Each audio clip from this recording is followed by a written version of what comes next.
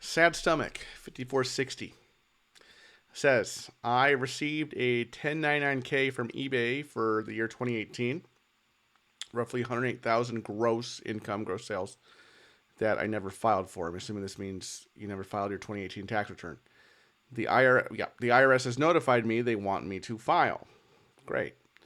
I'd estimate my cost of goods to be around 85%, but I'm not sure I can find my records after all these years. How do I go about this? Thanks in advance.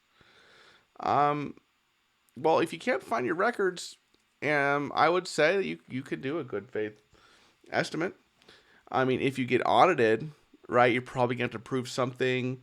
Maybe you can piece it together from bank statements, things like that. But if you're really thinking that your profit margins were, 15% here, that sounds reasonable. I'd be surprised if you were picked for audit. I'm not saying you can just make numbers out of nothing, but if you're kind of thinking, okay, yeah, I probably sold 108,000, and I probably made whatever that is, 15-20,000 or whatever on on it. I mean, it passes the sniff test. I don't think it'd be flagged for audit, right? Obviously, I would rather you actually have the original record to come up with a more exact number, but just practically speaking, if you truly cannot access those records,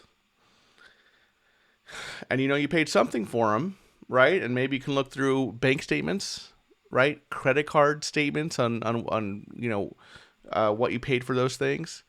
Banks sometimes they delete records after like 7 years, so you probably want to request those if to the extent you can. And hopefully that, just kind of looking through credit card and bank statements, I know you probably don't remember every transaction, but hopefully you can identify and flag some. And hopefully, that kind of meshes in line with, your 85%, cost of goods sold, 50% profit margin, or gross profit margin, right? And then plus any other expenses you have, you'd also report on the Schedule C as well.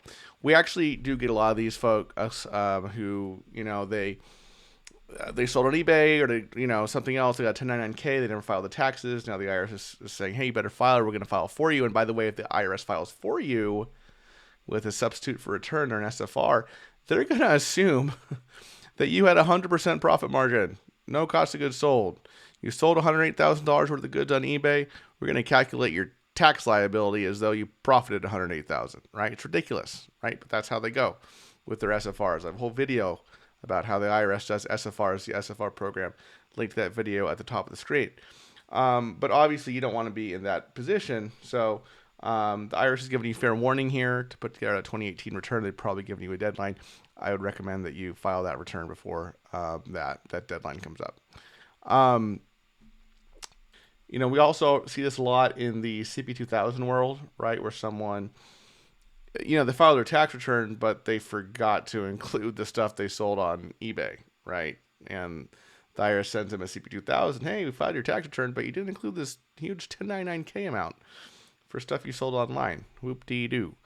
Anyway, sad stomach, yeah, that's how I would approach the situation. Just do the best you can to obtain those records. If you can't obtain the specific records, find maybe collaborating records like bank statements, credit card statements, things like that. And hopefully that, and, if you in good faith say, hey, I think my gross profit margin was about 15%, put that on the return.